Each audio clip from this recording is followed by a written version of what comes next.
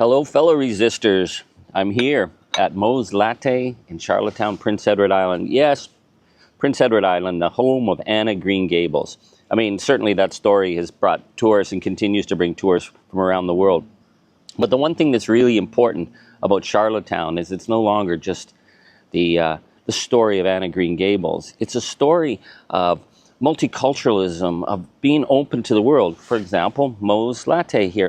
The story that people here love is that this is a family that were Syrian refugees, that were escaping the war, that had to come and learn to speak English. They were welcomed into our country, and they were determined to build a business, and a business that is open to people.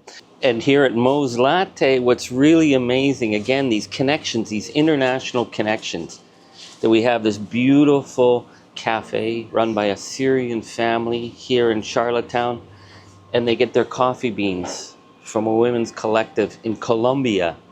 These are what the connections that are going to build a better world, a world of solidarity, and a world of resistance to the authoritarian oligarchs. Such a good story. You have to come here for coffee.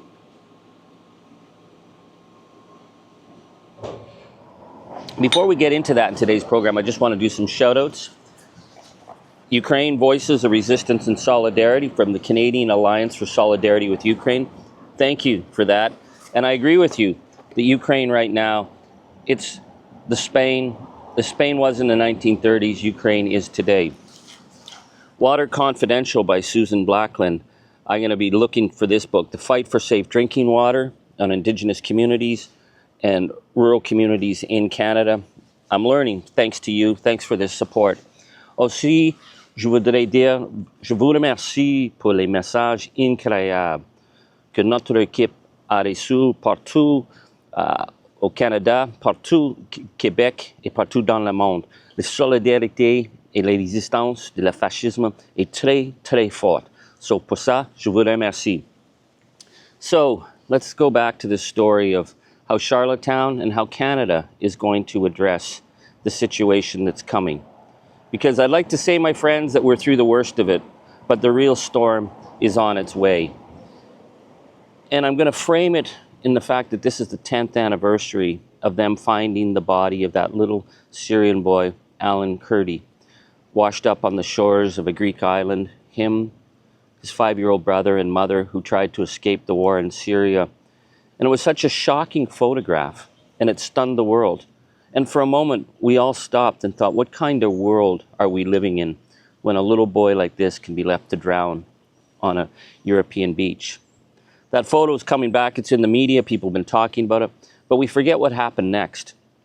After that gut-wrenching scene and our sense of solidarity came a dark, ugly online backlash of rage, hate, and paranoia and blame against people who were just trying to escape a war zone. It washed across Canada like an ugly fever dream. The intense anti-Syrian sentiment that we saw, we forget about that because it's like what happens in online media. They get inside our heads, they get us full of rage, and then the rage passes. I encourage you to read the book by Max Fisher, The Chaos Machine, where he talks about the rise of violence in Europe and Germany in particular against immigrant communities tied to Facebook usage. When Facebook usage is up, attacks on immigrants go way up. So why am I talking about this? Well, the storm is coming here. We see how Pierre Poilievre is coming back into Parliament, and his big issue is he says that Canada is being flooded with immigrant workers. That's bullshit. We have 240,000 less immigrants to Canada this year than last year. But you can't argue facts with that. Pierre Poilievre talks about how there's a rise in youth unemployment, and he blames immigrants. Well, of course he does. He doesn't talk about the fact that we lost 49,000 jobs because of MAGA's attack on our manufacturing sector and the pressure on the Canadian economy. No, he'd rather blame immigrants. This is the fascist playbook. This is the MAGA playbook 101. Across the United States, Donald Trump has ramped up rage, hatred against migrants, against immigrants, against people with brown skin, pushing for mass deportations. And already in Canada, we see extremists talking about holding rallies promoting mass deportations. Lest you think that this is just an anomaly, this is just a few freaks, get ready for the storm. Because what MAGA does is it follows a playbook. And they've seen in Europe an incredible level of success of blaming immigrants, of blaming foreigners, of blaming people who are trying to come to European countries to build a better life. We see the horrific riots in the UK. This is being stoked by online disinformation and by right-wing politics. So when Pierre Poilievre says his #1 priority in coming back into Parliament, by the way, having lost his seat in a miserable election where he just proved that he wasn't fit for office, he's coming back in, and what's he doing? He's going to blame immigrants. He's going to go after the temporary foreign worker jobs program. Again, there's no point arguing the fact that in many of our regions and our communities, we're dependent and we need, and we're trying to invite young foreign workers to come and build lives in Canada. And you see it across Canada, the success, the Peace by Chocolates, the Syrian family in Nova Scotia, they came and they built a better life. You see it with Mo's Latté. They built a better life. You know, we were in a restaurant last night in Charlottetown, and a young woman from Nepal not only served us our food and our drinks, but she came over and talked to us afterwards, because what she's learned about being Canadian is a sense of community. She wasn't shy. She came over, she talked to us about Nepal and how much she loved being in Canada. You see this wherever you go in this country, that the immigrant families who came here are building a better life.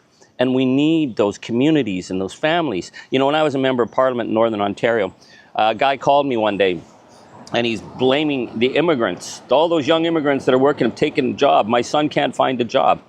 And I said, sir, tell your son to come in my office. I can guarantee, if at the end of the day, he doesn't have a job, I'll pay him. Well, the son never showed up, because the young immigrants were not taking jobs away from him. And this is what we have to call out. We have to call out Pierre Poilievre and this kind of rage politics, because I keep talking about the storm that's coming. It's going to be a storm of disinformation. It's going to be a storm of AI. It's going to come as Daniel Smith is ramping up and pouring gasoline all over attempts to create regional divides in our country. Our country is about to be tested in a very serious way. And this is when the MAGA threat from Donald Trump is going to ramp up in a very, very significant manner. What we need to do is stay the course of being an inclusive, fair, and loving society. We need to call out the disinformation that is coming. And we need to call out the politicians who are trying to blame people who are coming to this country to build better lives, to build Canada, who believe in the hope of what this nation is. We have to call out those MAGA incel, rage baiters, the people like Pierre Poilievre who would rather pour gasoline on our nation than to build a better country, because that's the threat we're facing. Are we going to get through this? Of course we're going to get through this. But we're going to get through this by having our eyes wide open and being willing to stand up to the bullies, being willing to stand up to the fascists. And remember that what keeps us going and makes us different is that we do believe in a nation that is true, north, strong, and free from hate. So I encourage you to get a coffee when you come here, to meet the incredible diverse population that's here in Charlottetown, here in Prince Edward Island, here across Canada. We are a nation that is built by the people who come here and believe in the values that we have of solidarity and decency and the rule of law.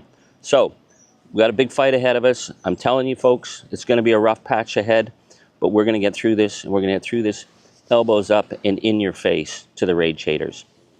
Keep kicking that darkness until it bleeds daylight.